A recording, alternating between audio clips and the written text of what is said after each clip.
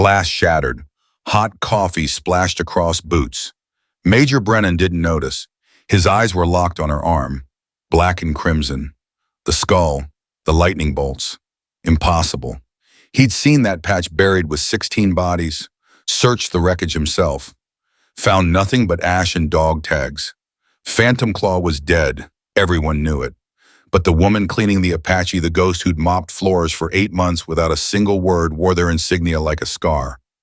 She looked up, met his eyes. Something ancient stared back. "You weren't supposed to survive," he breathed. "Neither were they." Her voice was ice. "But here I am." From which city are you watching today? Subscribe now and comment your city below. Let me see how far this story travels. The transfer papers hit the desk. Name, Vance. Maya. The intake officer didn't look up. Didn't care. Another body. Another number. Assignment. Armory tech. Night shift. Stamp. Done. Barracks C. Next. Maya grabbed her papers. 8 months of planning came down to this moment. She was in. Captain Derek Hollister was eating a sandwich when Maya walked into his office.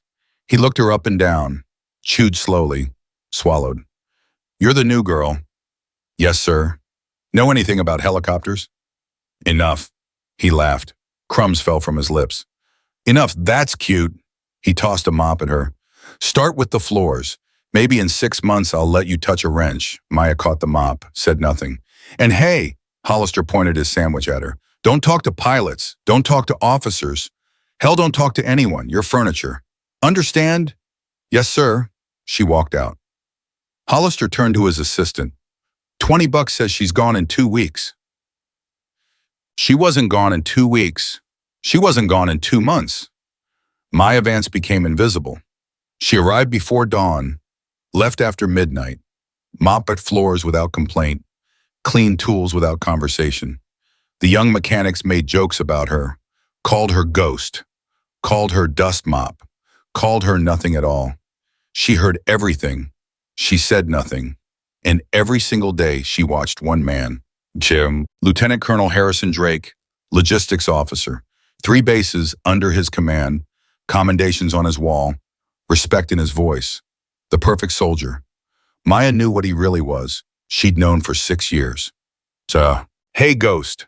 Private Torres threw a rag at Maya's head. She caught it without looking. "Damn." Torres laughed. "Got reflexes at least."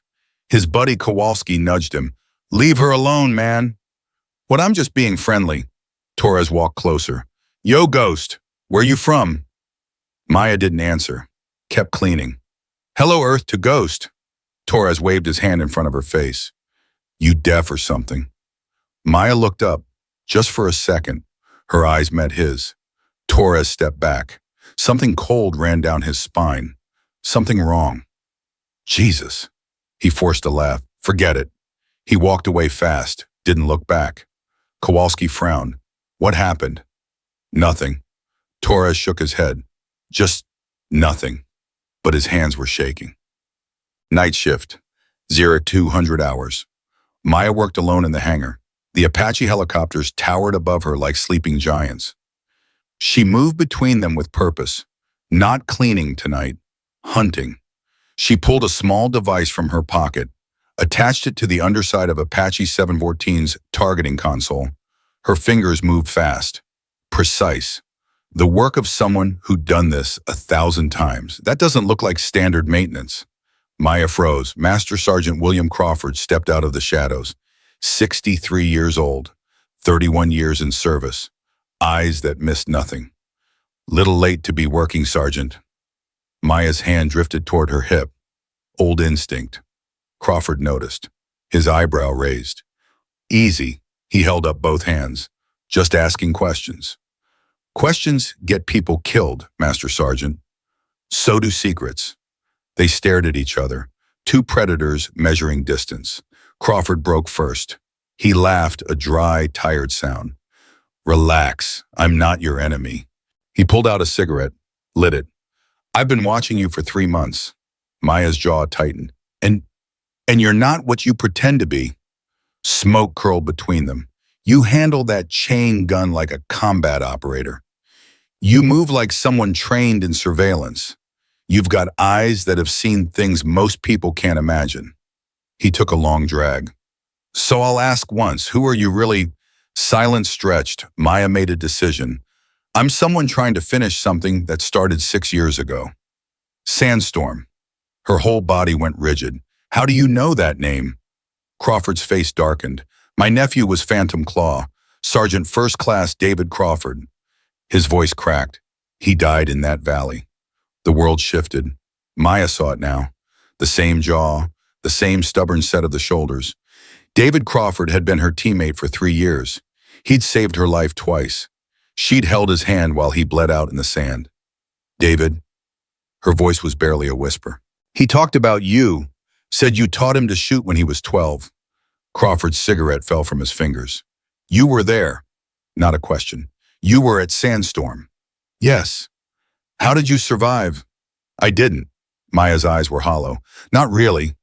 Crawford wiped his face, steady. Who did this? Who killed my nephew? Maya pointed at the logistics building across the base. Lieutenant Colonel Harrison Drake. He sold our position, sold our timing, sold our lives. Her voice hardened. And I'm going to make him pay. Crawford nodded slowly.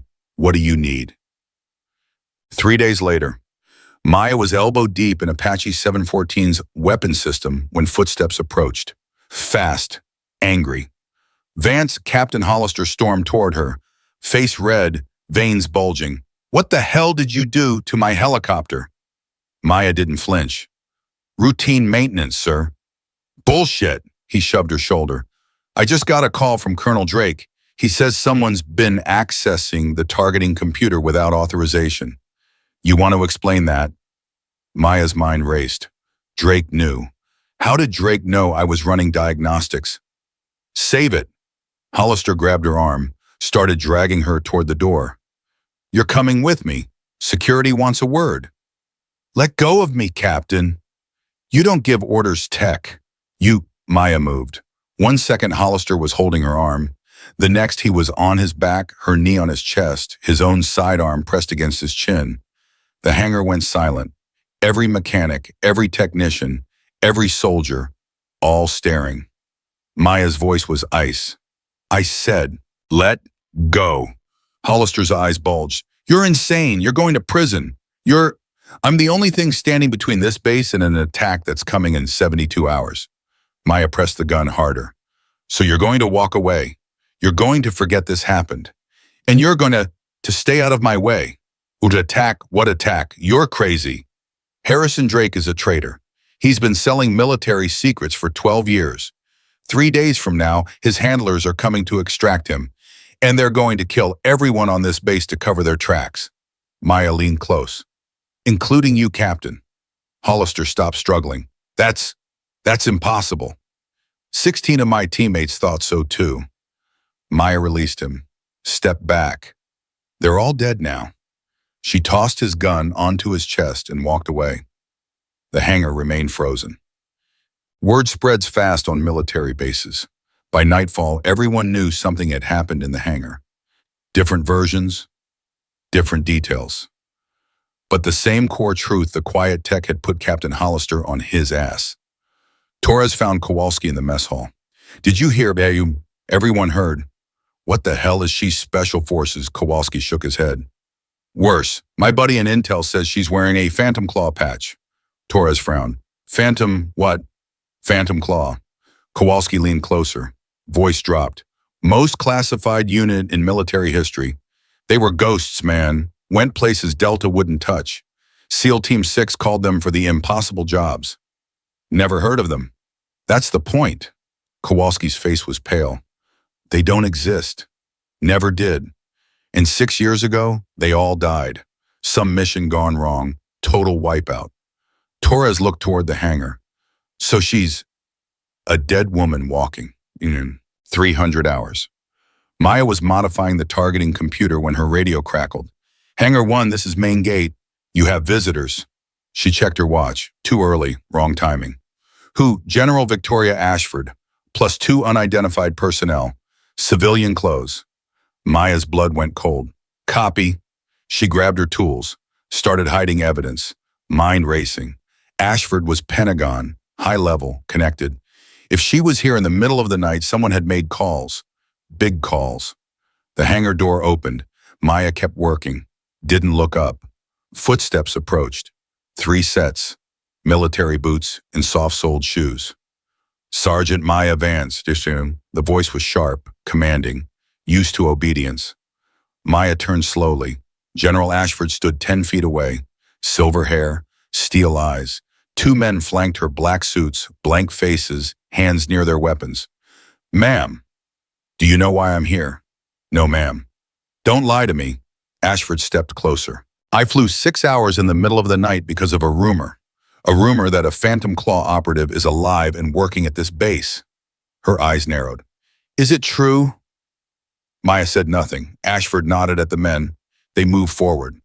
Wait, Maya raised her hand. Before you do whatever you're planning, you need to see something. I don't. Harrison Drake is a traitor. I have proof. 6 years of evidence. Maya's voice was steady. If you take me now, you'll never expose him. And everyone he's compromised 37 officers across 11 bases, they'll disappear. Cover their tracks. Keep selling secrets. Ashford hesitated. You expect me to believe? I don't expect anything. Maya reached slowly into her pocket. The agents tensed. She pulled out a flash drive. This contains everything. Communication intercepts, financial transfers, code names, dates, locations. She held it up. Take me if you want. But look at this first. Ashford stared at the drive. Seconds stretched into eternity. Give it to me. Maya tossed it. Ashford caught it, handed it to one of the agents. Verify this, now. The agent pulled out a laptop, started working. Silence.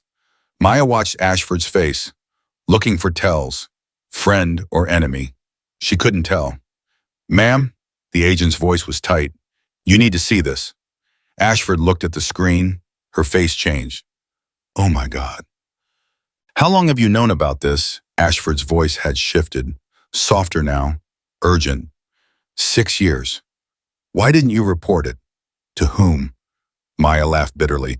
I don't know how high the corruption goes. Drake has protectors, people in Washington. If I went through official channels, I'd disappear. So you hid. I survived. Maya's jaw clenched.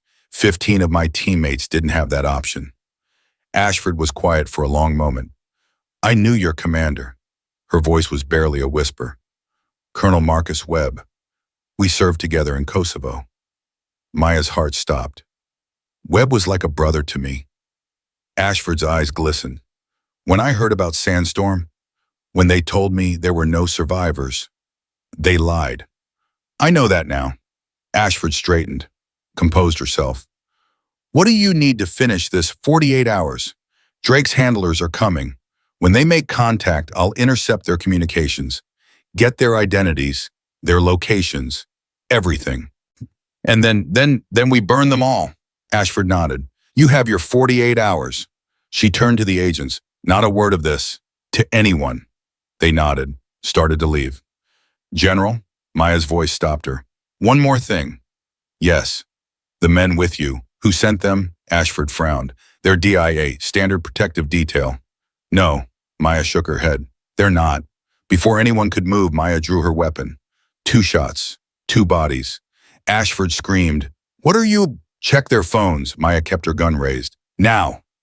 Ashford's hands shook as she pulled a phone from one of the dead agents. Scrolled through messages. Her face went white. They were reporting to Drake. Everything we said. He knows. Maya holstered her weapon. We're out of time. The base alarm exploded through the night. Red lights, sirens, chaos. Maya grabbed her gear, ran. Ashford followed. What's happening? They're here. Maya checked her weapon. 72 hours just became 72 minutes. Explosions rocked the perimeter. Gunfire erupted from multiple directions. Through the smoke and noise, Maya saw them coming. Black vehicles, armed men, professional, organized, not military, worse. Crawford appeared beside her.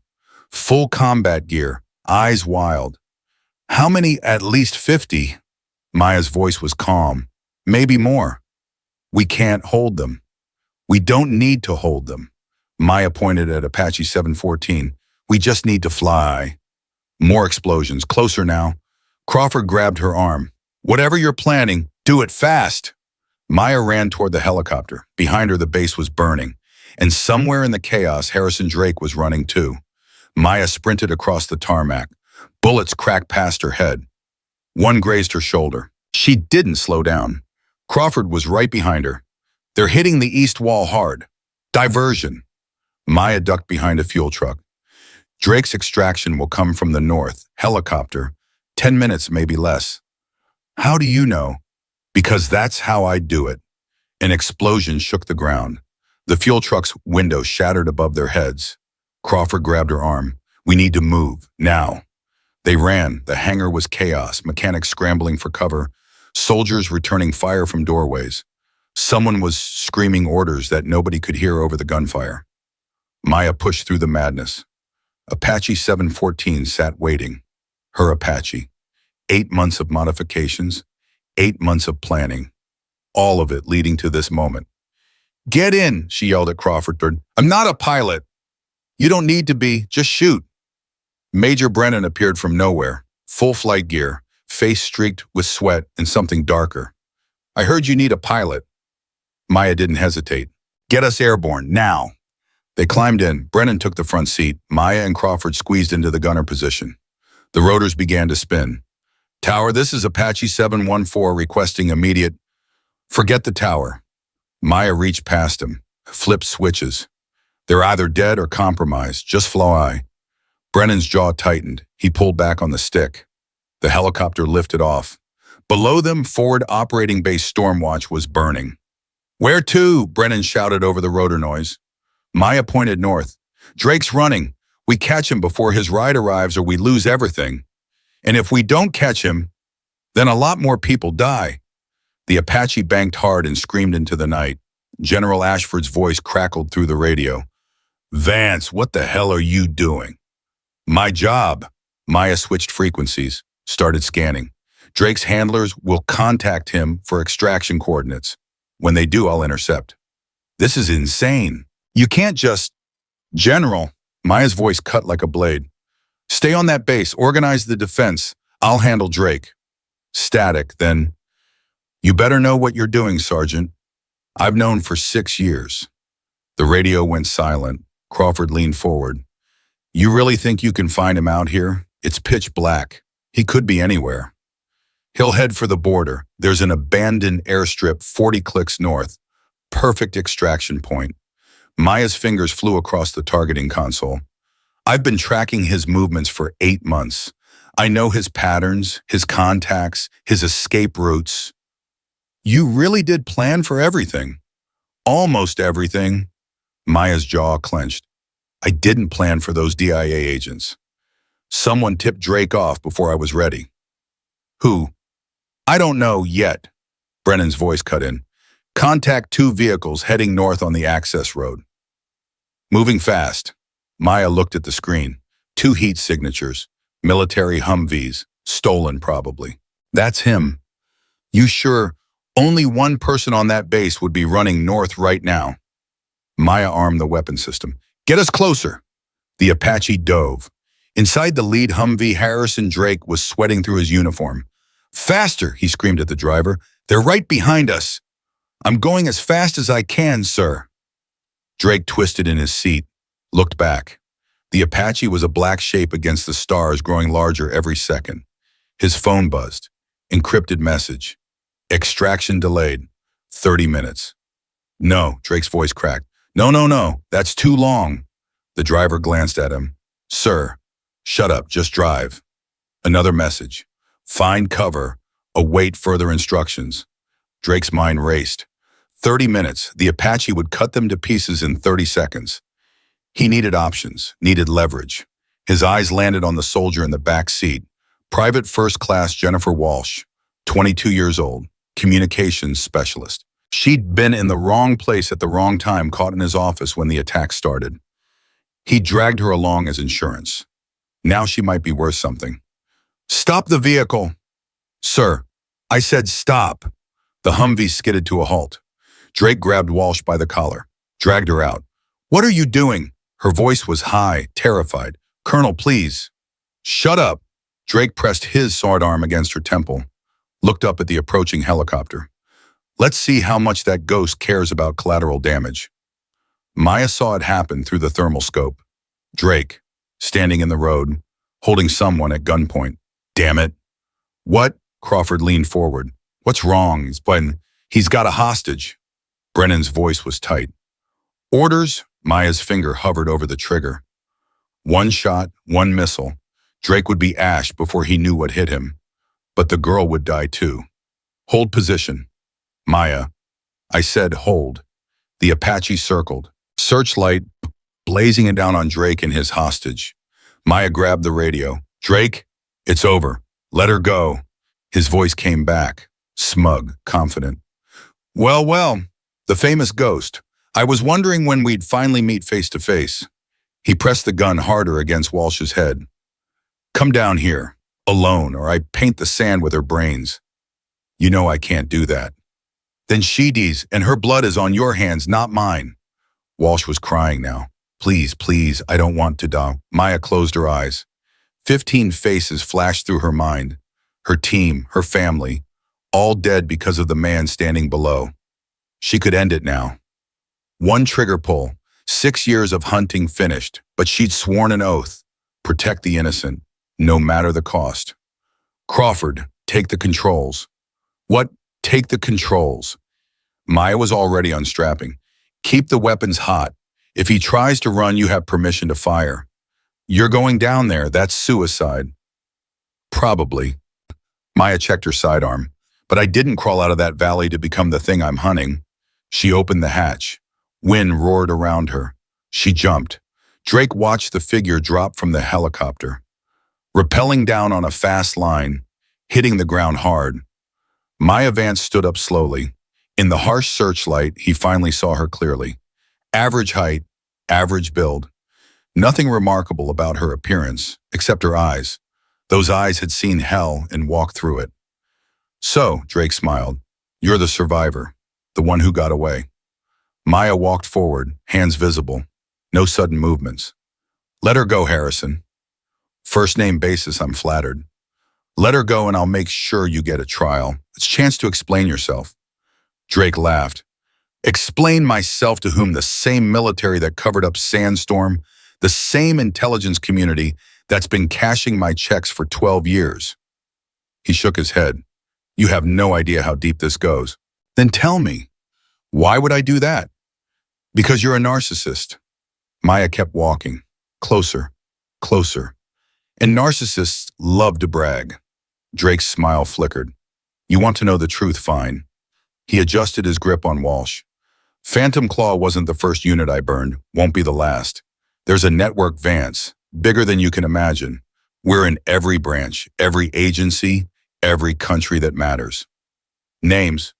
Oh, I'll give you names. Senators, generals, intelligence directors, people who could end your little crusade with a single phone call. Drake's voice dropped. You think killing me changes anything? I'm a key go, a middle manager. The machine keeps running whether I'm alive or dead. Maya stopped, 10 feet away. Then why are they trying so hard to extract you? Drake's smile vanished. That's what I thought. Maya's voice was ice. You're not a cog. You're a loose end, and loose ends get cut. You're bluffing. Check your phone. Drake hesitated. Then, keeping the gun pressed against Walsh's head, he glanced at his screen. New message. Extraction canceled. Asset compromised. Shall eliminate. The color drained from his face. No, his voice cracked. That's impossible. I've given them everything. 12 years. Loyalty doesn't exist in your world, Harrison. Only usefulness. Maya took another step. And you just stop being useful. Drake's hands shook. The gun wavered. Stay back. They're not coming to save you. The only person who can help you now is me. You want me dead? I want justice. Maya's eyes locked onto his. There's a difference. Walsh whimpered. Drake's grip on her tightened. If I go down, everyone goes down. I have insurance, files, evidence, where Like I tell you. You'll tell someone, court, Congress, the press. I don't care. Maya extended her hand. Give me the gun, Harrison. It's over. Seconds stretched into eternity. Drake's finger twitched on the trigger. Then headlights blazed from the darkness. 3 vehicles, black, unmarked, speeding toward them from the east. Drake's face twisted into a manic grin. You were saying, Maya spun, the vehicles were closing fast, military grade, heavily armed. That's not extraction. Her blood ran cold. That's a kill team. Then I guess we both died tonight. Maya moved. Drake fired. The bullet grazed her ribs. She didn't stop. Tackled Walsh, rolled them both behind the Humvee as automatic weapons opened up from the approaching vehicles. Drake stood frozen for half a second. Then self-preservation kicked in. He dove for cover. Crawford, Maya screamed into her radio. Light them up! The Apache's chain gun roared to life. The lead vehicle exploded. The second swerved, flipped, rolled 3 times, and burst into flames. The third screeched to a halt, and armed men poured out, taking cover behind the wreckage. Maya pressed Walsh against the Humvee's wheel well. Stay down, don't move. I can't breathe. You're fine, focus on my voice. Breathe in, breathe out. Maya checked her wound. Blood, but not arterial. She could fight. What's your name? Walsh. Jennifer Walsh. Jennifer, I'm going to get you out of this. Do you trust me? The girl's eyes were wild, terrified, but something in Maya's voice reached her. Yes. Good. Stay behind this tire. No matter what you hear, don't move until I come back. Maya rose, fired 3 shots at the approaching kill team. 2 hit. 1 went down. Return fire chewed up the sand around her feet. She ran. Drake was crawling toward the second Humvee, trying to escape in the chaos. Maya intercepted him, kicked the gun from his hand, put her boot on his throat. Going somewhere. Please, Drake's arrogance had evaporated. Pure fear now. Please, I can give you everything. Names, accounts, the whole network. Just don't let them kill me. Why should I save you? Because you need me. Drake's voice broke. The evidence I have, it's the only thing that can bring them down. Kill me, and it dies with me. Maya's finger tightened on the trigger. 15 faces, 15 graves, 15 reasons to end this man's life right now. But he was right. She needed him alive. Crawford. Maya hauled Drake to his feet. Coming to you, cover fire. The Apache pivoted. Chain guns sweeping across the kill team's position. Explosions. Screams. The night turned to fire. Maya dragged Drake toward the helicopter. Grabbed Walsh on the way. Move, move, move. They ran. Brennan brought the Apache down low. Crawford reached out, pulling Walsh aboard. Then Drake. Then Maya. Go. Maya slammed the hatch. Get us out of here. The helicopter lifted off. Below, the surviving members of the kill team fired uselessly at the retreating aircraft. Maya collapsed against the bulkhead, blood soaking through her uniform, breathing hard. Crawford stared at Drake with undisguised hatred. You're just going to let him live. For now. He killed your team. He killed my nephew. I know. Maya's voice was exhausted, empty. But he's the key to everything. Without his testimony, without his evidence, this was all for nothing. Drake laughed weakly. Smart girl. Crawford lunged. Maya caught him. What yet? She forced Crawford back. We need him talking. After that, she looked at Drake with eyes that promised pain. After that, we'll discuss justice. Drake stopped laughing. Walsh huddled in the corner, shaking, crying. Maya moved to her side. You're safe now. Safe? Walsh's voice was hysterical. He was going to kill me. That man was going to kill me. But he didn't. You're alive. Focus on that. Why did he take me? I'm nobody. I just fix radios. Maya was quiet for a moment. Wrong place, wrong time. That's all it takes sometimes. Walsh looked at her, really looked at her for the first time. Who are you? Someone who's been in the wrong place at the wrong time more than once. The helicopter banked. Brennan's voice came over the intercom. Base is 15 minutes out. General Ashford's organizing a secure landing zone. Maya nodded. Tell her we're bringing a package. High value. He needs to be isolated immediately. Copy that. Drake spoke up. You think isolating me matters. My people will find me. They always do. Your people just tried to kill you. Maya's voice was flat. Keep up. That was a mistake. Once they realize I'm still useful. You're not. Maya cut him off. You said it yourself. 37 officers across 11 bases, plus the handlers, plus the buyers. That's a lot of loose ends. She leaned close. How many of them do you think are still alive right now? Drake's face went pale. They're cleaning house Harrison. Everyone who knows anything is being erased. You, your contacts, your network. Maya sat back. You're not valuable anymore. You're evidence. Then protect me. That's the plan. Maya checked her wound, still bleeding. She'd need medical attention soon, but protection has a price. What do you want? Everything. Names, locations, bank accounts, communication channels, every single piece of information in that twisted brain of yours. Maya's eyes hardened. And if I find out you're holding back even one name, even one account, I'll personally deliver you to your former employers. Understand? Drake swallowed hard. Understand. Yes. Good. Maya turned away. Crawford, keep an eye on him. He tries anything, break his arm. With pleasure. The Apache flew on.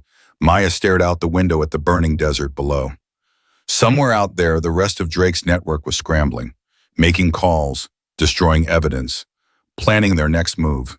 She'd poked the hornet's nest. Now she had to survive the swarm. Her radio crackled. Ashford's voice. Vance, we've got a problem.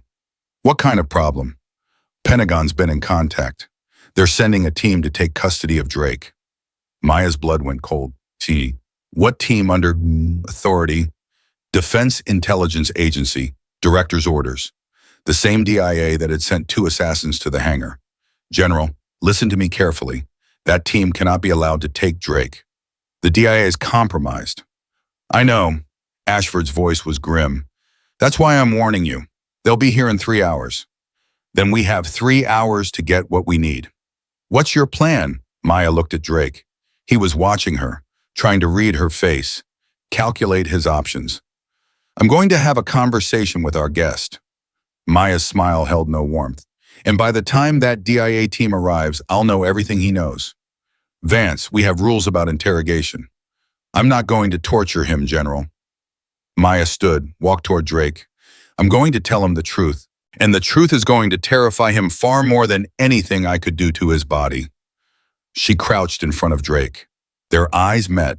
Here's what's going to happen, little person. In 3 hours, the DIA will arrive. They'll say they're taking you into protective custody. What they'll actually do is put a bullet in your head and dump your body somewhere it'll never be found. You can't let that happen. I can, and I will. Maya's voice was soft, almost gentle. Unless you give me a reason not to. I told you I'll cooperate. Cooperation isn't enough. I need proof, hard evidence that I can use, even if you disappear. Maya leaned closer. Where are your files, Harrison?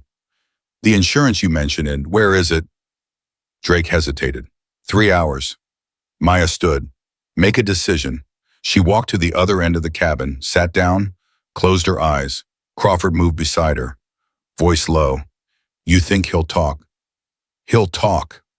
Maya didn't open her eyes. Men like Drake always talk when they realize they're not the predator anymore. And if he doesn't, Maya was quiet for a long moment. Then I'll find another way. I always do. The Apache descended toward Stormwatch. Below, the fires were still burning, but Maya wasn't looking at the flames. She was thinking about the 3 hours ahead. 3 hours to crack a man who'd been lying his entire career. 3 hours to save everything she'd worked for. 3 hours before the wolves arrived. Drake watched her from across the cabin, calculating, planning. He still had cards to play. He wasn't finished yet. Neither was she. The Apache touched down hard. Maya was out before the rotors stopped spinning. Medical team, she shouted. Get Walsh to the infirmary. She's in shock. 2 medics rushed forward, grabbed the trembling communications specialist, carried her away. Drake tried to stand. Crawford shoved him back down. You move when she says you move. Boom. General Ashford was waiting. Her face was stone. Blood on her uniform, not hers. The base attack had cost them. How bad? Maya asked. 14 dead, 23 wounded. They hit the communications center first. We're running on backup systems. Ashford's eyes moved to Drake. Is this him? Lieutenant Colonel Harrison Drake, codename Raven. 12 years of treason. Maya grabbed Drake's collar, hauled him up, and our only ticket to the rest of the network. Get him inside. The interrogation room in Building 7 is secure. Not secure enough, Maya shook her head. I need somewhere off the grid, somewhere his people won't think to look. Ashford hesitated, then nodded. The old ammunition bunker. East side of the base. It was decommissioned last year. No electronics, no surveillance. Perfect. Maya dragged Drake forward. Crawford followed. Brennan caught her arm. You need medical attention. That wound later. Maya. I said later. She pulled free. 3 hours, Brennan. That's all we have. I'll bleed when we're done. She disappeared into the darkness. Brennan watched her go. Something cold settled in his chest. He'd seen soldiers push through injuries before, seen them fight through pain that would drop ordinary people. But Maya wasn't pushing through pain. She was running from it.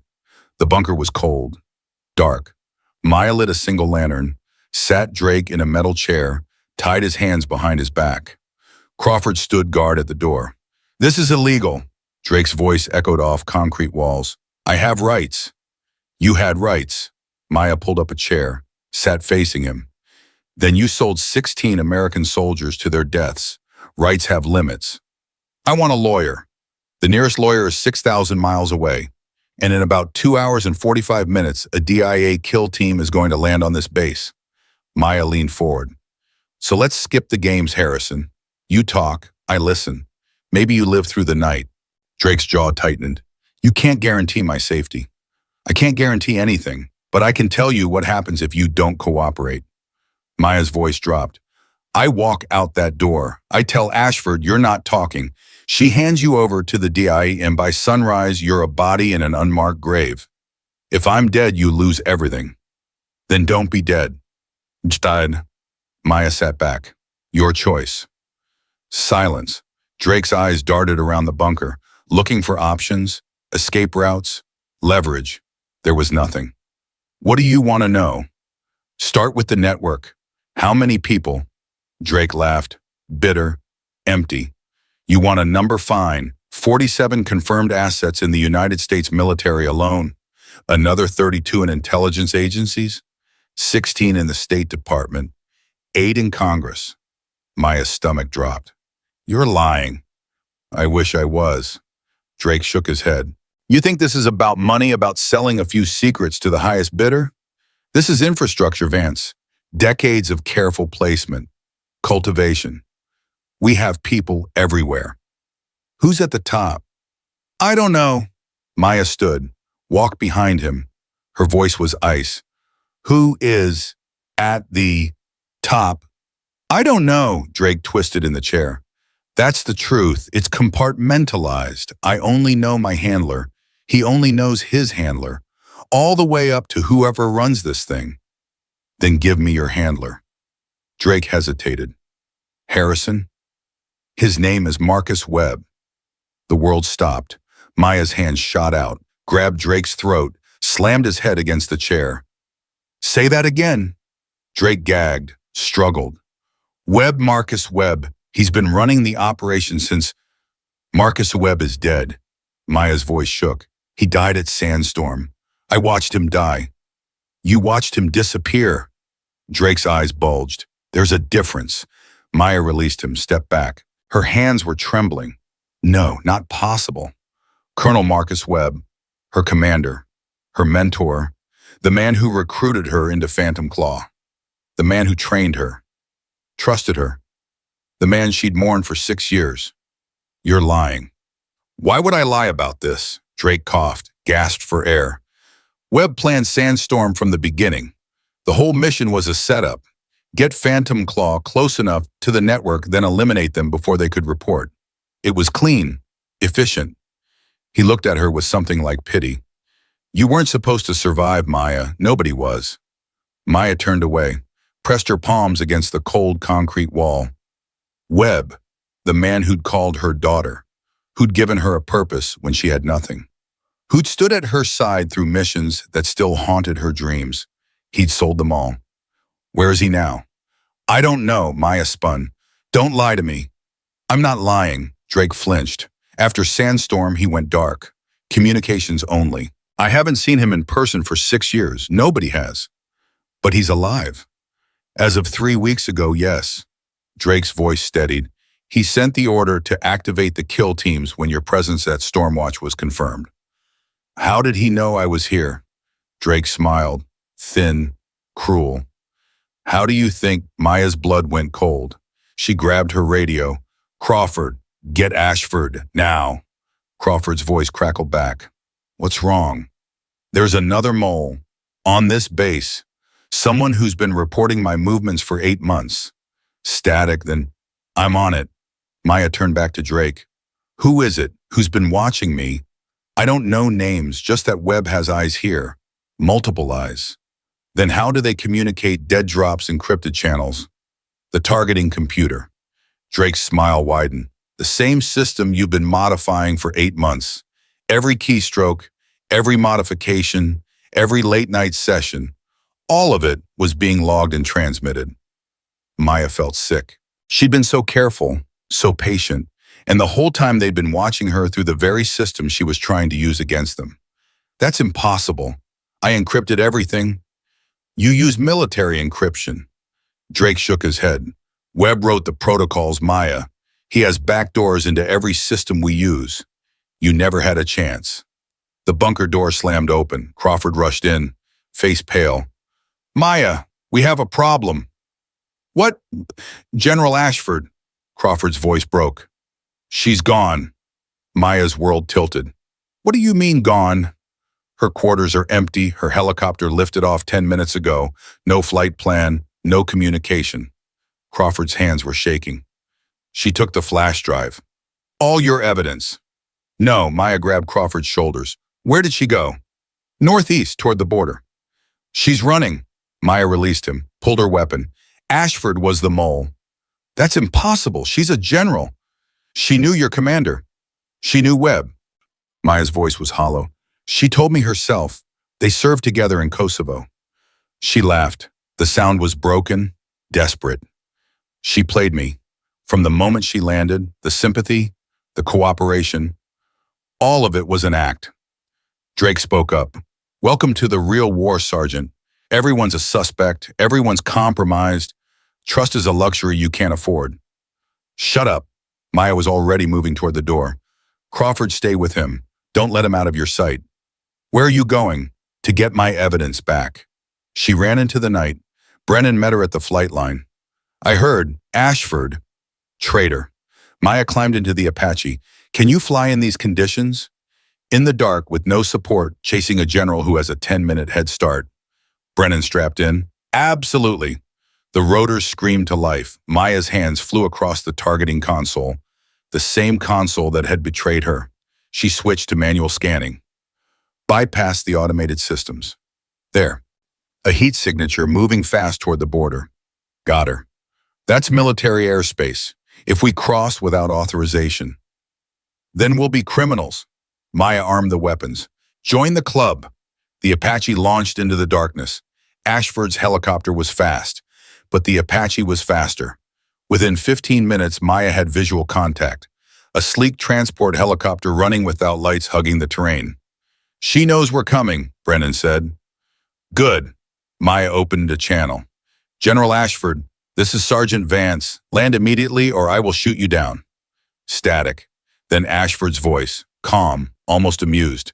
You won't shoot Maya. You need what I have. I'll take my chances. Will you? No, Ashford laughed. That flash drive contains everything. Names, dates, account numbers. Without it, Drake's testimony is just words. Unverified. Inadmissible. Her voice hardened. Land now and maybe we can make a deal. What kind of deal? The kind where you get to live. Walk away, disappear. You're good at disappearing. Ashford's tone softened. You've been running for 6 years, Maya. Aren't you tired? Don't you want it to end? Maya's finger hovered over the trigger. She was tired, exhausted. Every bone in her body ached with 6 years of hiding, hunting, surviving. It would be so easy. Land, take the deal, vanish into some quiet corner of the world, and never think about Phantom Claw again. But then she saw them, 15 faces hovering at the edge of her vision. David Crawford, Maria Santos, James Park. All of them, all 15. They hadn't had the choice to walk away. They died believing in their mission, believing in their team, believing in the man who'd sold them to their deaths. Maya's voice was steady when she spoke. No deal. She pulled the trigger. The missile streaked across the night sky. Ashford's helicopter banked hard, deployed countermeasures. Flares lit up the darkness like fallen stars. The missile missed. Barely. Maya, Brennan's voice was urgent. She's heading for the border. If she crosses, she won't cross. Maya fired again. This time there were no countermeasures left. The explosion lit up the mountain range. The helicopter spun, smoke poured from the tail rotor. It began to fall, but she's going down. Brennan pulled back on the stick. Northridge, half a click. Get us there. The Apache dove toward the crash site. Ashford was still alive. Maya found her crawling from the wreckage. Uniform burned, leg twisted at a wrong angle, blood streaming down her face, but still alive. Maya approached slowly, weapon raised. The flash drive, where is it? Ashford laughed, coughed blood. You think it matters? Webb has copies of everything. Redundancies on redundancies. You can't win this. The drive. Now. Ashford's hand moved toward her pocket. Maya tensed. Easy. Ashford pulled out the small device, held it up. You want it? Take it. Won't change anything. Maya snatched the drive, checked it, intact. Now. She knelt beside Ashford. Tell me where Webb is. Why would I do that? Because you're dying, Maya's voice was flat, and the only way you get medical attention is if you cooperate. Ashford stared at her for a long moment. Then she smiled, blood on her teeth. He's closer than you think. What does that mean? It means, Ashford's breath rattled, it means you're looking in the wrong direction, Maya. You've been looking in the wrong direction for 6 years. Speak clearly, Ustie. Webb isn't running from you. Ashford's eyes were fading. He's been waiting for you. This whole thing, the attack, Drake me, it's all been designed to bring you out of hiding. She grabbed Maya's wrist with surprising strength. You're not hunting him. He's hunting you. Why, I'm nobody, just a survivor. No. Ashford's grip weakened. You're the witness, the only person alive who can testify about what really happened at Sandstorm. As long as you're alive, Webb can never be completely safe. Then why not just kill me? Ashford laughed again, weaker now. Because you have something he wants, something even more valuable than your death. What? Ashford's eyes closed. What do I have? No answer. Maya checked for a pulse, faint, fading. Damn it. She grabbed her radio. Brennan, get medical here now. On it. Maya knelt in the wreckage, watching Ashford's chest rise and fall with each shallow breath. What did she have? What could possibly be worth more than eliminating the only witness to Webb's betrayal? Her mind raced through the possibilities. The targeting computer modifications. Drake said they'd been monitoring those for months. Her knowledge of Phantom Claw operations possible, but most of that was outdated. Then what? The answer hit her like a physical blow. The satellite uplink codes. Before every Phantom Claw mission, each team leader was given a unique set of codes that could extend us a secure military satellite network. The codes were designed to be used only once emergency extraction, intelligence upload, communication with command. Maya had never used hers because she'd never completed her mission. Those codes were still active, still capable of accessing a network that contained the most sensitive intelligence operations in existence. If Webb got those codes, he could access anything. Military deployments, intelligence operations, agent identities around the world. and Maya had been carrying them in her memory for 6 years. Oh God. She stood, stumbled back, the world spinning around her. This wasn't about silencing a witness, this was about extraction. Webb wanted what was in her head. And everything that had happened, Stormwatch Drake, Ashford, all of it had been designed to flush her out, capture her, and take those codes by any means necessary. Maya, Brennan's voice crackled. Medical's 2 minutes out. You okay? Maya's hand shook as she raised the radio. No. Her voice was barely a whisper. We need to get back to base. Now. What's wrong? Crawford is alone with the Drake. Maya was already running toward the Apache, and I just figured out what Webb really wants. I don't understand, but Webb doesn't want me dead, Brennan. Maya threw herself into the helicopter. He wants me alive. And right now, the only person guarding our only witness is a 63-year-old master sergeant who has no idea what's coming. The Apache lifted off. Maya prayed they weren't too late. They were too late. The bunker door hung open. Crawford lay on the ground, unconscious, blood pooling beneath his head. Drake was gone. Maya knelt beside Crawford, checked his pulse. Alive. Barely. Medic! She screamed. Brennan was already calling it in. Maya cradled Crawford's head. Stay with me. Come on. Stay with me. His eyes fluttered open, unfocused, confused. Maya? I'm here. What happened? Someone came in. Crawford coughed, winced, said they were from your team. My team is dead. I know. Crawford's hand gripped her arm. He said to tell you. His eyes rolled back. Crawford, tell me what. His voice was barely audible. He said, welcome home, Silence. Maya's blood turned to ice. Only one person had ever called her Silence. Only one person knew her call sign before it became classified. The man who had given it to her. Colonel Marcus Webb. He was here, on this base. And he had Drake. Maya stood slowly. Her body moved on autopilot. Her mind was somewhere else entirely. 6 years of running, 6 years of hiding, 6 years of believing that one day she would find Webb and make him pay. And now he had found her first. Brennan grabbed her shoulder. Maya, what do we do? She looked at him. Through him. We finish this. How? We don't know where they went. We don't have.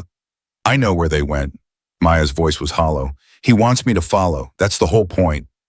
Then it's a trap. Of course it's a trap. Maya checked her weapon. Full magazine. But he made one mistake. What? Maya's eyes hardened. He thinks I'm still the soldier he trained, the woman who followed orders, who trusted her commanding officer. She started walking toward the flight line. That woman died at Sandstorm. What's left, what crawled out of that valley, is something else entirely. Maya. She stopped, looked back at Brennan. You don't have to come. This isn't your fight. Brennan was quiet for a long moment. Then he fell into step beside her. I spent 3 months searching for Phantom Claw survivors, writing letters to families, carrying a guilt I couldn't explain. His voice was steady. If there's a chance to make that mean something, I'm in. Maya nodded. They walked toward the helicopter together. Behind them, the first light of dawn touched the mountains. A new day was beginning, and somewhere out there a ghost was waiting. Maya knew exactly where Webb would be. The abandoned communications relay station, 15 clicks east of Stormwatch. Built during the Cold War, forgotten by everyone except those who needed to disappear. Phantom Claw had used it for covert briefings, off-the-books operations, things that couldn't be discussed on any official channel. Webb had taken her there the night before Sandstorm, had told her she was ready, had told her he was proud, had sent her to die. There, Maya pointed at the radar screen. Single heat signature, large structure. Brennan banked the Apache toward the coordinates. Just one signature. That can't be right. Webb would have security. He doesn't need security. Maya's voice was flat. He has me. What do you mean? I mean, he knows I'm coming alone. He knows I won't call for backup. He knows exactly how I think because he's the one who taught me to think that way. Maya checked her weapon for the 10th time. This is personal. He wants it personal. That's insane. You're walking into a trap. Yes. And you're okay with that? Maya looked at him. Her eyes were empty, exhausted. 6 years of running had burned away everything except the mission. I stopped being okay a long time ago, Brennan. Now I just want it to end. The relay station appeared below them, dark, silent, a concrete ghost from another era. Set down 200 meters out. Maya unstrapped. Keep the engines hot. If I'm not back in 30 minutes, leave. I'm not leaving you. That wasn't a request. Maya grabbed his shoulder. If Webb gets those codes, millions of lives are at risk. If I fail, you need to get word to Washington. Real Washington, not the compromised channels. Find someone you trust. Tell them everything. Brennan's jaw tightened. Who the hell can I trust? I don't know. Maya opened the hatch. Figure it out. She dropped into the darkness. The relay station door was open. Of course it was. Maya moved through the entrance, weapon raised, every sense alert. The corridor stretched ahead. Emergency lighting cast red shadows on concrete walls. Her footsteps echoed like heartbeats. A speaker crackled. You came alone. Webb's voice, older now, rougher, but unmistakable. Maya stopped. Didn't respond. I knew you would. The speaker hummed with static. You were always my best student, Silence. Predictable in all the right ways. Where's Drake? Safe for now. A door opened at the end of the corridor. Light spilled out. Come, we have much to discuss. Maya walked forward. Each step felt like walking toward her own grave. The room was exactly as she remembered. Communications equipment, map tables, chairs arranged in a circle. This was where Phantom Claw had planned operations that changed the course of wars. And there, standing in the center, was the man who had destroyed everything she loved. Colonel Marcus Webb. He looked older. Gray hair now, deep lines around his eyes. But he stood straight, strong. The same commanding presence that had inspired absolute loyalty from 16 of the finest soldiers Maya had ever known. 16 soldiers he had murdered. Hello, Maya. She raised her weapon. Center mass. Perfect shot. Give me one reason not to kill you right now. Webb smiled, sad, almost gentle. Because you need answers, and dead men don't talk. I can live without answers. Can you? Webb tilted his head. 6 years, Maya, 6 years of hiding, running, surviving, all of it driven by one question. He spread his hands. Why? Maya's finger tightened on the trigger, but she didn't fire. Webb nodded slowly. Sit down, please. I'll stand. As you wish. Webb lowered himself into a chair, winced slightly. Old injury, maybe. Or just age catching up with a man who had outrun everything except time. Where would you like me to begin? Sandstorm. Why, I am straight to the point. I trained you well. Webb leaned back. Sandstorm wasn't about eliminating Phantom Claw. That was a byproduct. Unfortunate, but necessary. Necessary. The weapons shipment we were sent to intercept, do you remember the intelligence briefing? Maya remembered everything. Every word, every slide, every confident assurance that the mission was clean. Prototype guidance systems, stolen from a classified research facility, being sold to hostile actors. That's what you were told. Webb's eyes darkened. The truth was more complicated. Those guidance systems weren't stolen. They were sold by people inside our own government, people who had been profiting from the weapons trade for decades. And you were one of them. No, I'm bouillon. Webb's voice hardened. I was trying to stop them. Maya laughed, bitter, empty. You expect me to believe that you sold our position. You got 15 people killed. I got 15 people killed trying to expose the real traitors. Webb stood, walked towards a table covered with files. I knew Phantom Claw was compromised. Knew that someone on the team was reporting to the network. I designed Sandstorm to flush them out. By sending us into an ambush. By making the ambush inevitable. Webb pulled a photograph from the files, held it up. Do you recognize this man? Maya's blood froze. Sergeant First Class David Crawford. Master Sergeant Crawford's nephew. Her teammate. Her friend. The man whose hand she had held as he died.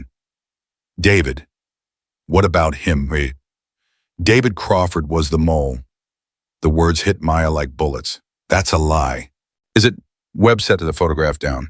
I intercepted his communications 3 weeks before Sandstorm, encrypted channels to the network, reports on our operations, movements, capabilities. He'd been feeding them information for 2 years. You're lying. I have proof. Webb gestured at the files. Everything, messages, bank transfers, the works. David Crawford betrayed Phantom Claw. Not me. Maya's weapon shook in her hands. David.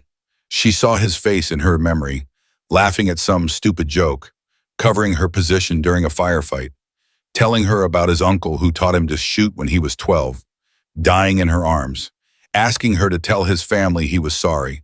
Sorry for what? If David was the mole, why did you let him die? Why not just arrest him? Because he wasn't the only one. Webb's voice dropped. The network had multiple assets inside Phantom Claw. I couldn't identify them all, couldn't risk warning them. His eyes met hers.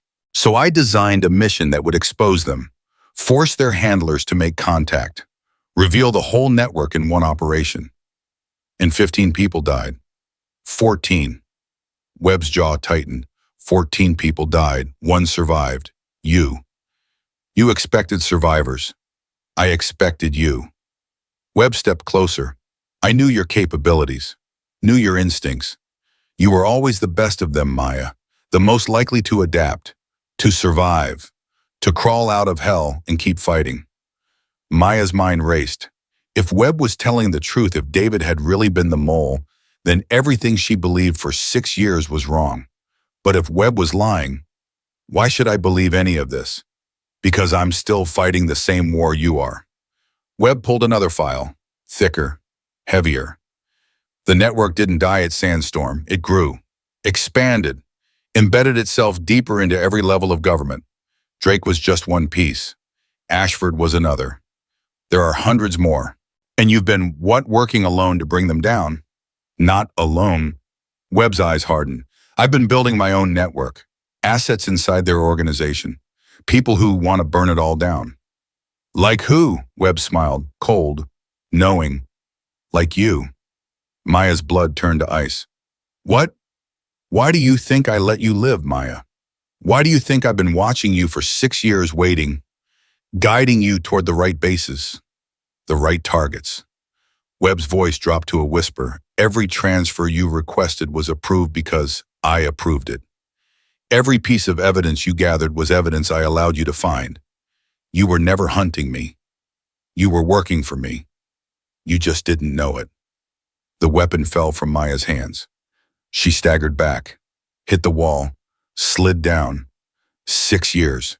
6 years of believing she was fighting against the man who destroyed her life, and the whole time she'd been his weapon. No. Her voice cracked. That's not possible. It's the only thing that makes it immense. Webb crouched in front of her, almost gentle now. Think about it. How many times did you get lucky? How many times did you escape situations that should have killed you? How many convenient transfers? How many perfect opportunities? Maya's mind spiraled through her memories. The extraction from Germany when her cover was blown. The intelligence package that arrived just when she needed it. The anonymous tip that led her to Drake. All of it, every step of her journey. Orchestrated. You used me. I saved you. Webb's voice hardened. You were the only one I could trust. The only one who wasn't compromised. I couldn't tell you the truth because the network was listening, watching. Any direct contact would have gotten you killed. He stood, extended his hand. But now we can finally work together. Openly. Finish what Phantom Claw started. Maya stared at his hand, the hand of the man who had shaped her entire life. The hand of the man who had turned her into a weapon without her consent. She took it, let him pull her up, then drove her knee into his stomach and smashed her elbow across his jaw. Webb crashed to the ground. Blood sprayed from his lips. Maya stood over him, breathing hard. I don't care if you're telling the truth. I don't care if David was the mole.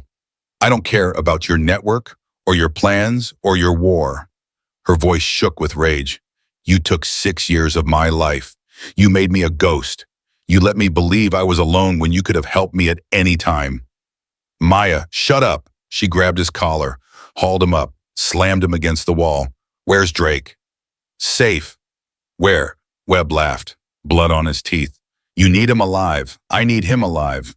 We're on the same side. We're not on any side. Maya's grip tightened. You have 5 seconds to tell me where he is or I start breaking bones. Sublevel, room 7. Webb's voice was steady, unbothered. But you're making a mistake. The only mistake was ever trusting you. Maya released him, picked up her weapon, headed for the door.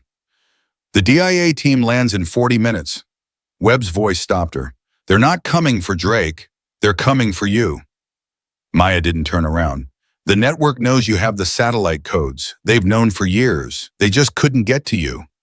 Webb's voice hardened. Now they can. Ashford was supposed to bring you in alive. When that failed, they activated their backup plan, which is kill everyone at Stormwatch, blame it on enemy action, then hunt you down at their leisure. Maya turned slowly. How do you know this? Because I intercepted their orders 3 hours ago. Webb pulled himself upright, wiped blood from his chin. Why do you think I grabbed Drake? Why do you think I'm here? His eyes bore into hers. I'm trying to save you, Maya. I've been trying to save you for 6 years. But you're so determined to hate me that you can't see it. You're lying. Check your radio. Maya hesitated, then raised her radio. Brennan, status. Static.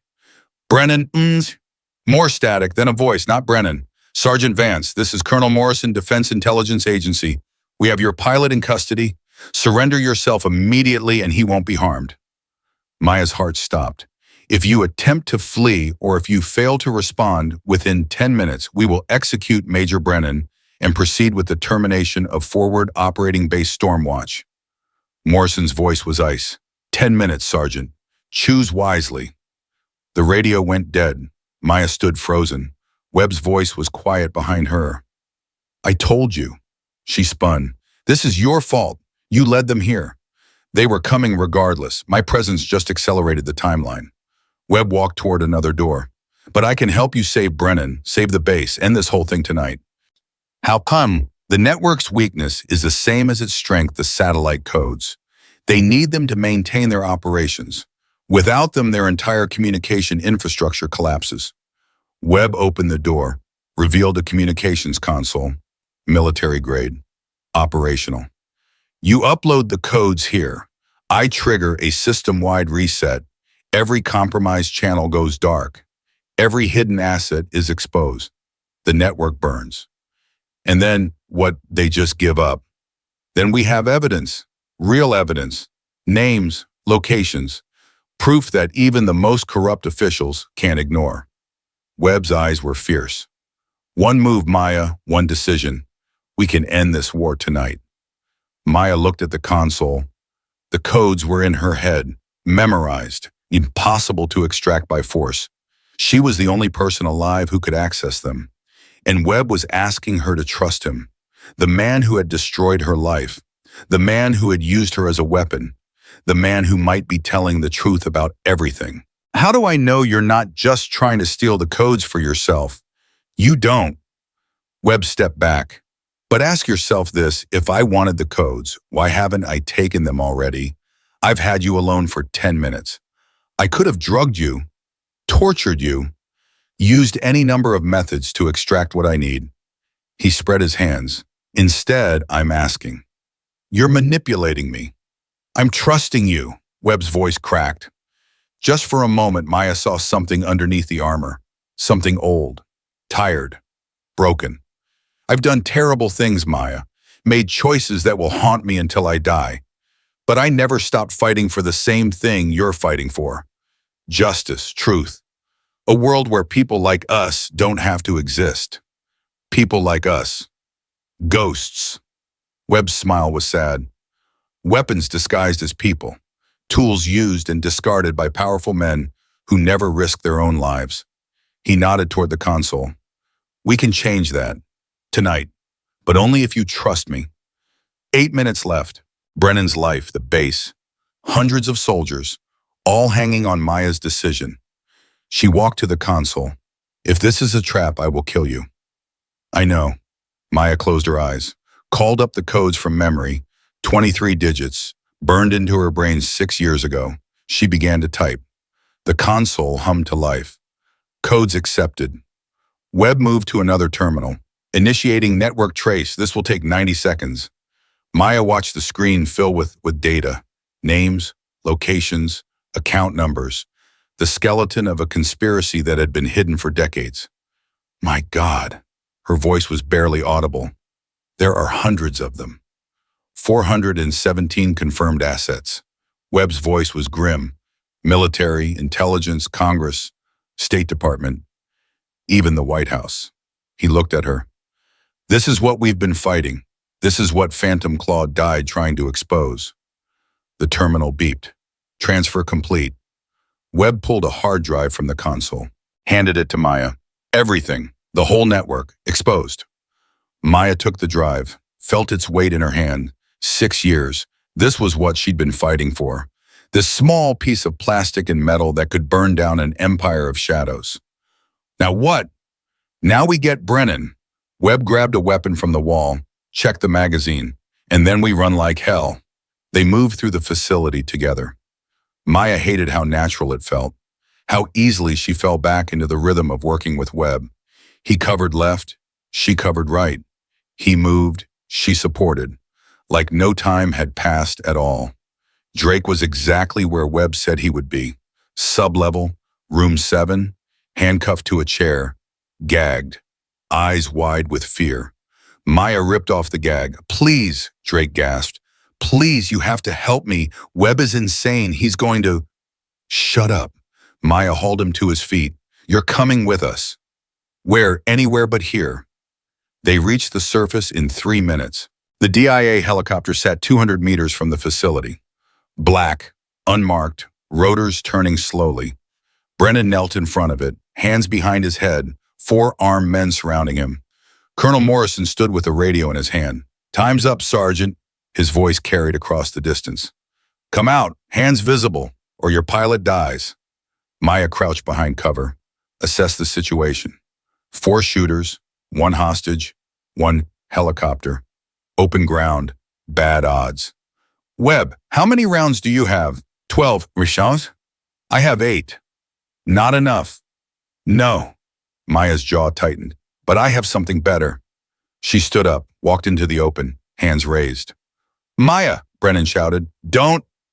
I'm the one you want, Maya called out. Let him go. Morrison smiled, cold, predatory. You're right. You are the one we want. He gestured at his men. Take her. 2 shooters moved forward. Maya waited until they were 10 feet away. Then she dropped. The explosion came from the facility behind her. Webb had rigged the backup generator. The blast knocked the shooters off their feet, sent Morrison stumbling. Maya grabbed a weapon from the fallen shooter, fired twice. 2 down. Webb emerged from cover, dropped the 3rd shooter with a precision shot. The 4th raised his weapon toward Brennan. Maya didn't think, just moved. Her body slammed into the shooter. They rolled across the ground, fighting for the gun. His elbow cracked across her face. She tasted blood, drove her thumb into his eye. He screamed. She grabbed his head, twisted, silence. Maya stood, swaying, blood streaming from her nose. Morrison was running toward the helicopter. Webb took the shot. Morrison's leg buckled. He went down, crawling toward the aircraft. Maya caught up in seconds, put her boot on his wounded leg. Pressed. Morrison screamed, Call off the attack on Stormwatch. Go to hell! Maya pressed harder. Bone ground against bone. Call it off. You're too late. Morrison laughed through the pain. The strike team is already in position. In 20 minutes, that base becomes a crater. Everyone dies, and the official report will blame enemy forces. His eyes were wild, triumphant. You can't stop it. Maya pulled her weapon, pressed it against his forehead. Watch me. She looked at Webb.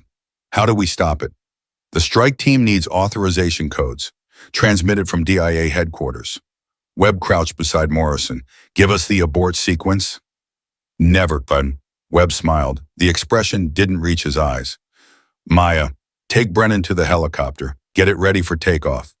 What are you going to do? Well, have a conversation. And Webb pulled a knife from his belt. A private one. Maya hesitated. For a moment, she saw the old Webb. The commander she had trusted, the man who would do anything to complete the mission. Anything. Don't kill him. We need him alive. I won't kill him. Webb's voice was soft. But he's going to wish I had. Maya turned away. Behind her, Morrison began to scream. 3 minutes later, Webb emerged from behind the helicopter. Blood on his hands, on his face, on the knife.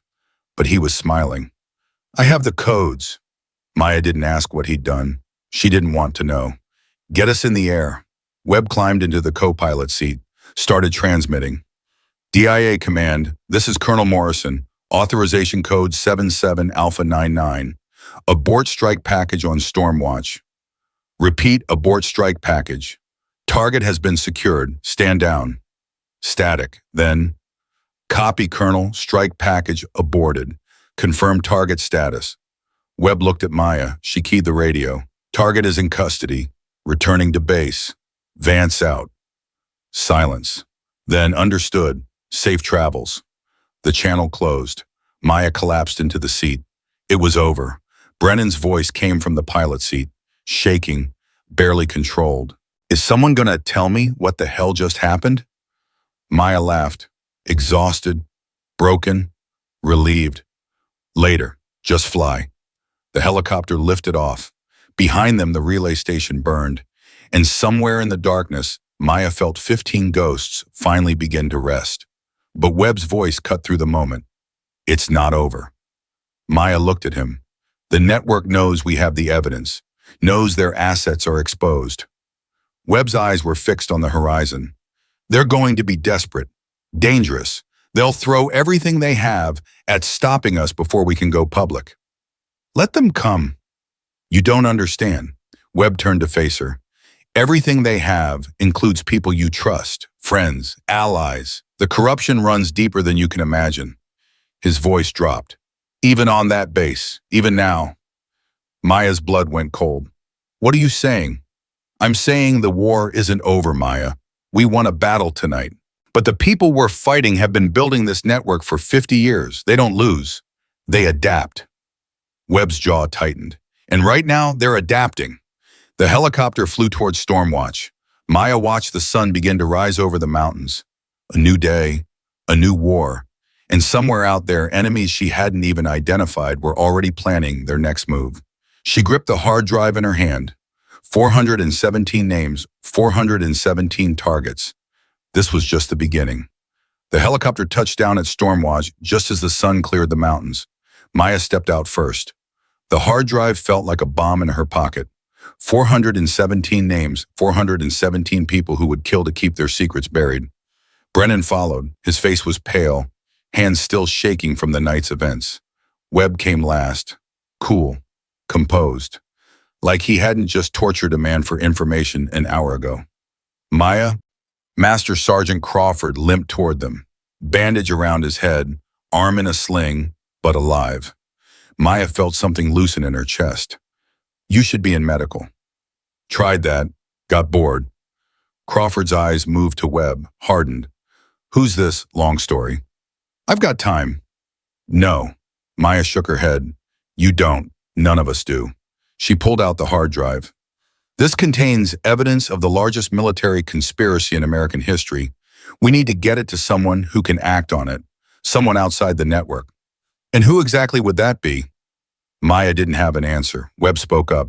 Senator Catherine Walsh, Armed Services Committee. She's been investigating defense contractor fraud for 3 years. More importantly, she's not on the list. How do you know?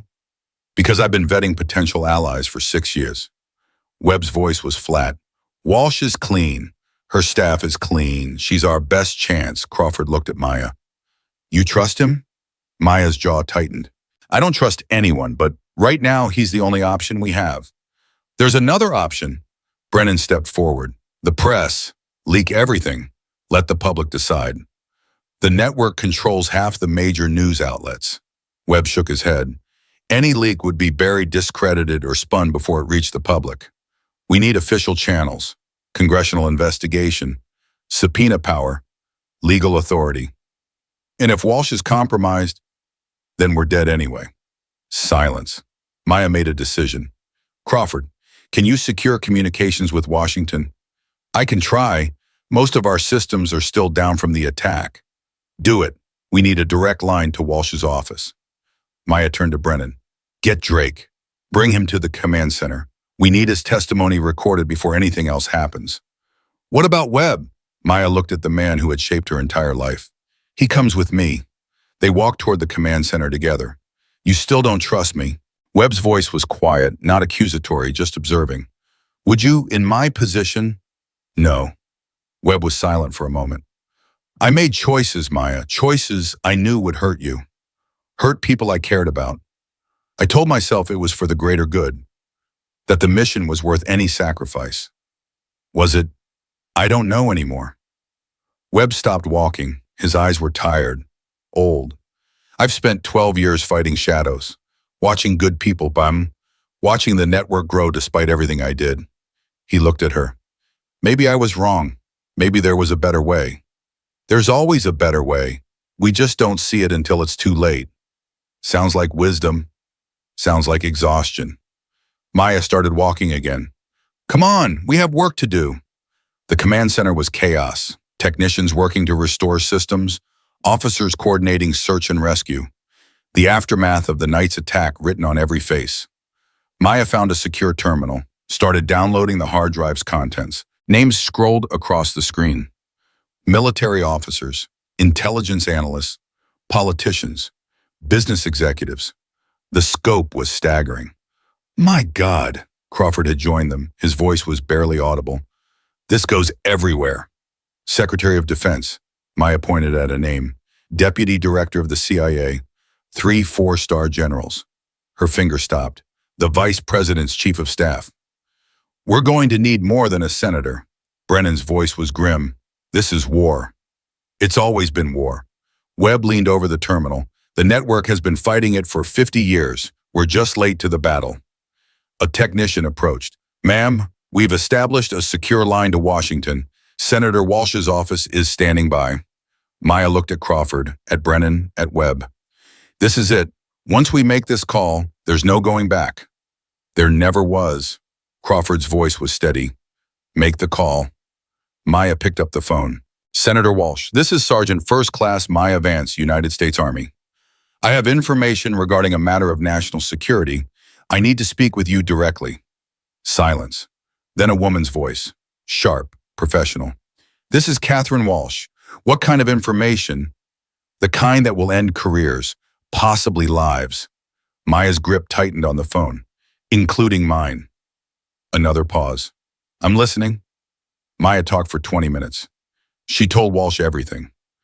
Sandstorm, the network, Drake, Ashford, Webb, the hard drive full of names. Walsh asked questions. Precise, probing, the questions of someone who understood the weight of what she was hearing. When Maya finished, the line was silent for a long moment. Sergeant Vance, what you're describing would be the largest conspiracy in American military history. Yes, ma'am. When you have proof, physical evidence. I have a hard drive containing financial records, communication intercepts, and operational documents spanning 12 years.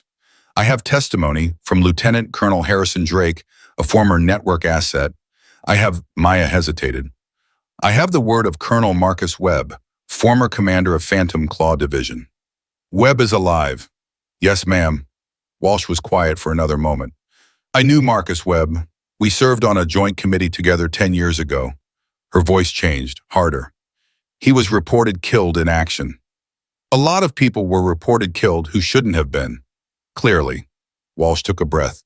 I need to verify your evidence before I can act. Can you transmit the file securely? No. Maya shook her head even though Walsh couldn't see it. The network has access to military encryption. Any digital transmission could be intercepted. Then we need a physical handoff, somewhere secure. I can be in Washington in 18 hours. No, Walsh's voice was sharp. If what you're saying is true, you won't survive the trip. The moment you leave that base, you become a target. I'm already a target. Then let's not make it easier for them. Walsh paused, thinking. I'm coming to you. Ma'am, I'm a senior senator on the Armed Services Committee. I have authorization to visit any military installation in the world without prior notice. Her voice hardened. I'll be there in 6 hours. Keep that evidence secure until I arrive. Senator, if you come here, you become a target too. Sergeant Vance, I've been fighting corruption in this government for 20 years. I've received death threats from cartels, terrorists, and my own colleagues. Walsh laughed, short, bitter. A few shadow operatives don't scare me. They should. Noted. 6 hours. Keep everyone alive until then. The line went dead. Maya set down the phone. She's coming here. Brennan's voice was incredulous.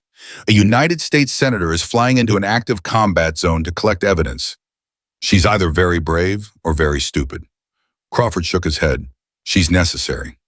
Webb's voice was quiet. Walsh is the only person with enough power and enough credibility to make this stick. Without her, we have evidence, but no authority. With her, we have a chance. 6 hours. Maya looked at the clock. We need to lock down this base. No one in or out until Walsh arrives. That's going to raise questions. Let it. Better questions than bullets.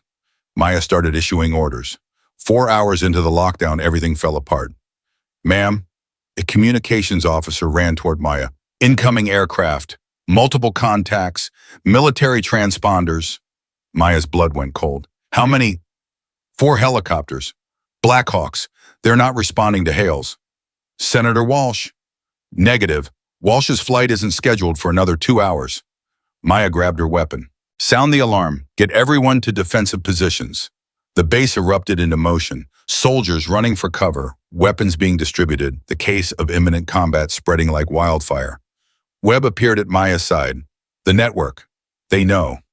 How the line was secure. Nothing is secure. I told you they have assets everywhere. Webb checked his weapon. They're coming to destroy the evidence, kill everyone who knows. They're going to try it. Maya ran toward the flight line. Crawford intercepted her. What's the play? Stop those helicopters before they land. If they deploy troops, we're overrun. We don't have the firepower. We have one Apache and a lot of determination. Maya pointed at Apache 714. Her Apache, the aircraft she'd maintained for 8 months. Get Brennan, now. The rotors were spinning by the time Brennan reached the cockpit. You sure about this? He strapped in. 4 Blackhawks against 1 Apache. I've faced worse odds. When Maya's jaw tightened. Sandstorm. The Apache lifted off. The Blackhawks were 3 minutes out. Weapons hot. Maya armed every system on the aircraft. Chain gun, Hellfires, everything. They're military helicopters. Brennan's voice was strained. If we fire first, they're network assets using military equipment. There's a difference. How do you know? Because real military wouldn't approach a lockdown base without communication. Maya locked onto the lead helicopter, and because I've learned to trust my instincts. Maya fire. The Hellfire missile streaked across the sky. The lead Blackhawk exploded. For a moment, the other helicopters wavered, confused, uncertain. Then they scattered, taking evasive action, returning fire. Hold on! Brennan threw the Apache into a hard turn. Bullets raked across the fuselage. Warning lights screamed. Maya returned fire. The chain gun roared. A second Blackhawk spun out of control, crashed into the desert. 2 down, 2 to go. The third helicopter came from below, hidden by terrain. Its gunner already firing. Maya felt the impact before she heard it.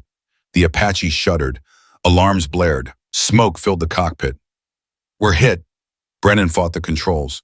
Losing power. We need to land. Not yet. Maya pushed through the smoke, found the targeting system. Locked on. Just give me one more shot. Maya, we're going down. One more shot. The helicopter lurched, spinning, falling. Maya pulled the trigger. The third Blackhawk erupted in flames. Then the ground rushed up to meet them. Impact, darkness, pain. Maya opened her eyes. The Apache was on its side, burning. She was hanging from her harness, blood budded in her eyes, glass everywhere. Brennan, no answer. She reached for him. His body was limp, unconscious, but breathing. Hold on, I'm going to get you out. She cut the harness, dragged him from the wreckage. Every movement sent agony through her body.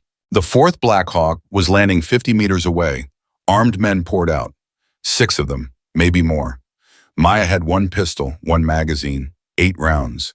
She positioned herself between Brennan and the approaching soldiers. "Come on." Her voice was barely a whisper. "Let's finish this."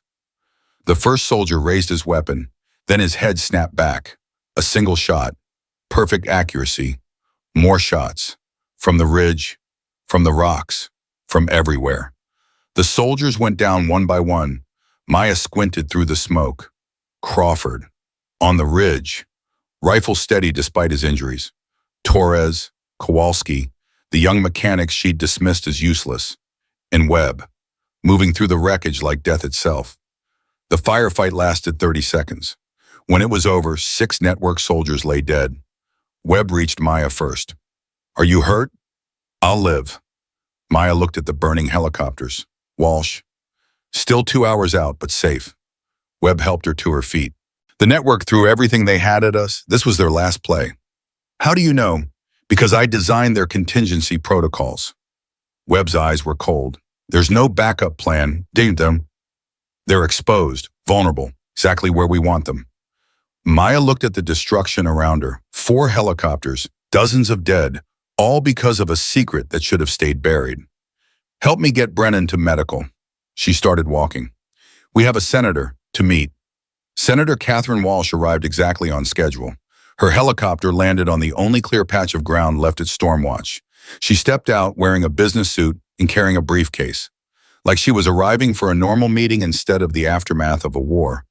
Maya met her on the tarmac. "Sergeant Vance." Walsh extended her hand. "You look like hell." "You should see the other guys." Walsh smiled, thin, professional. "I assume the burning helicopters are part of the story you're going to tell me." "They are now." They walked toward the command center together. Maya handed over the hard drive first, then Drake's signed testimony, then the communication intercepts she'd gathered over 6 years. Walsh reviewed everything. Her face revealed nothing, but Maya saw her hands tighten on certain documents, saw her jaw clench at certain names. When she finished, Walsh looked up.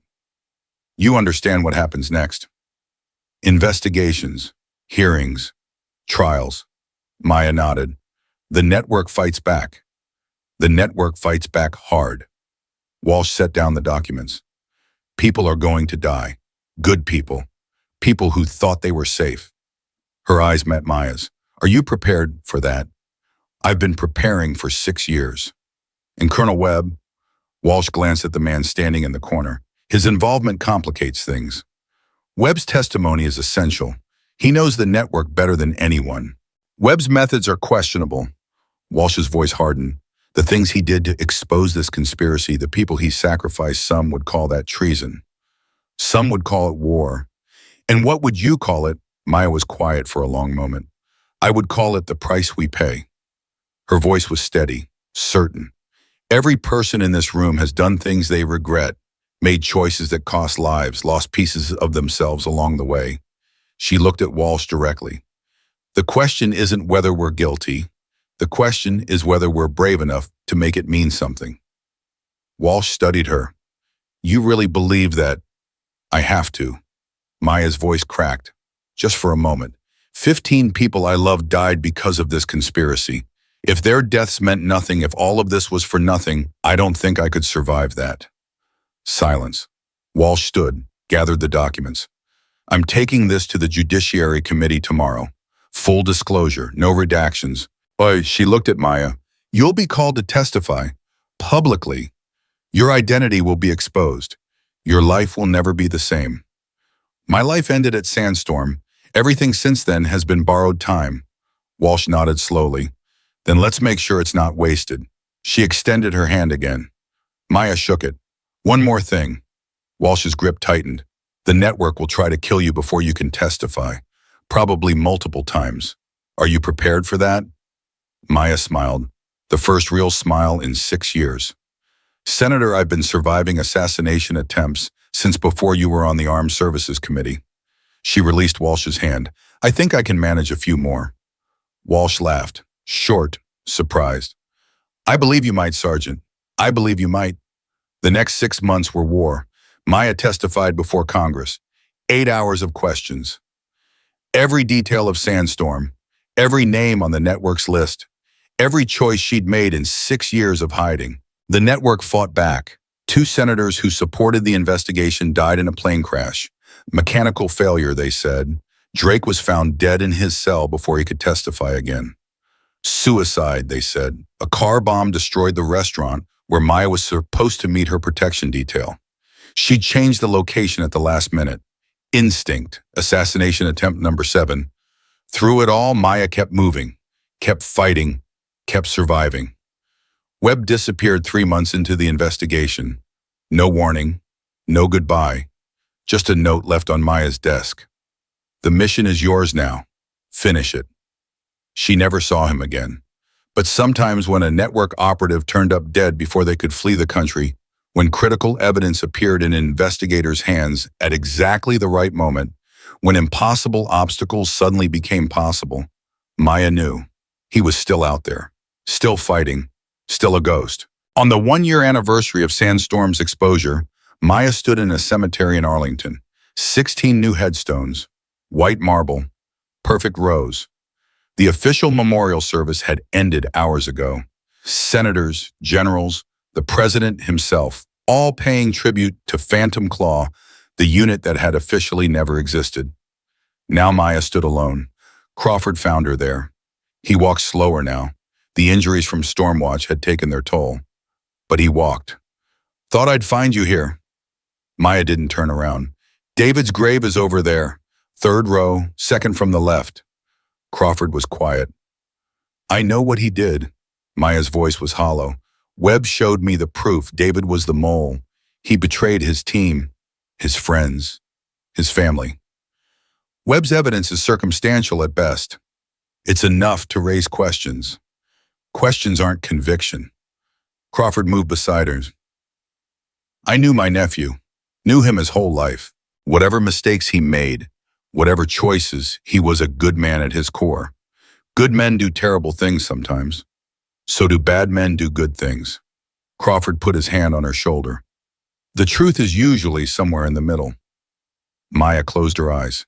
15 faces, 15 people she'd loved, 15 ghosts she'd carried for 6 years. Could one of them really have been a traitor? Did it even matter anymore? I've been offered a position. Maya's voice changed, steadier now. Advisory role, counterintelligence task force, hunting down the rest of the network. You going to take it? I don't know. Maya opened her eyes, looked at the headstones. I've spent so long fighting, running, surviving. I don't know how to do anything else. Maybe it's time to learn. Maybe, Maya smiled, sad, tired. Or maybe some of us are just built for war. Nobody's built for war, Maya. We just survive it. Crawford squeezed her shoulder. Whatever you decide, you've earned the right to choose. That's more than most people get. He walked away. Maya stood alone with her ghosts. The sun was setting. Golden light across white marble. She thought about the last 6 years, the hiding, the hunting, the endless grinding survival. She thought about Webb, Ashford, Drake, the hundreds of network operatives now in prison or dead. She thought about the 15 people buried in front of her, and she made her decision. 2 weeks later, Maya Vance walked into the Pentagon. New uniform, new rank, new purpose. The nameplate on her office door read Lieutenant Colonel Maya Vance, Special Operations Command. Her first assignment was already waiting. A network cell in Eastern Europe. Former assets who had escaped the initial sweep. Building something new from the ashes of the old. The war wasn't over. It would never be over. But for the first time in 6 years, Maya wasn't fighting alone. She picked up the phone, made a call. Brennan, how do you feel about a trip overseas? Depends. How dangerous? Maya smiled. Very. Then I'm in. She hung up. Outside her window, Washington spread out in all directions. The center of American power, the heart of the system she'd sworn to protect. A system that was broken, corrupt, compromised, but not beyond saving. Maya pulled up the mission files, started planning. The ghost of Phantom Claw had come home, and she had work to do. Some heroes live in shadows because the light is too dangerous. They carry secrets that would destroy nations and burdens that would crush ordinary souls. They sacrifice everything, their names, their lives, their very existence, for a world that will never know what they did. Maya Vance was one of those heroes. For 6 years, she had been invisible, forgotten, written off as dead by the people who should have protected her. Now she was alive. Now she was known. And now God help anyone who stood in her way. Because the woman who had crawled out of Sandstorm wasn't just a survivor anymore. She was the beginning of the end. The network had built an empire on secrets and silence. Maya Vance was going to burn it to the ground. One name at a time, one mission at a time, until justice was done, until her team could finally rest, until the ghost stopped screaming. That was her mission. That was her purpose. That was her war, and she would fight it until her very last breath. Because some debts can only be paid in blood, and Maya Vance always paid her debts.